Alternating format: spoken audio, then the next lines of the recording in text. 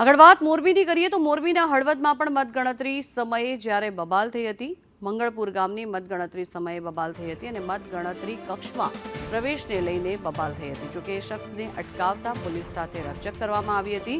હળવદની model સ્કૂલમાં મતગણતરી હાલ ચાલી રહી છે। મહત્વનું છે કે જે દિવસે ચૂંટણી યોજાઈ હતી તે દિવસે આ તકરાર થઈ હોવાના દ્રશ્યો સામે આવ્યા હતા। વધુ માહિતી મેળવીએ સંવાદદાતા જગદીશ પરમાર જોડાયા છે આપણી સાથે। જગદીશ, મોરબીમાં જે દિવસે ચૂંટણી યોજાઈ હતી એ દિવસે કેટલાક તકરારના દ્રશ્યો સામે આવ્યા હતા। આજે હવે શરૂઆત થઈ ગઈ છે મતગણતરીની, કેવો માહોલ છે ત્યાં?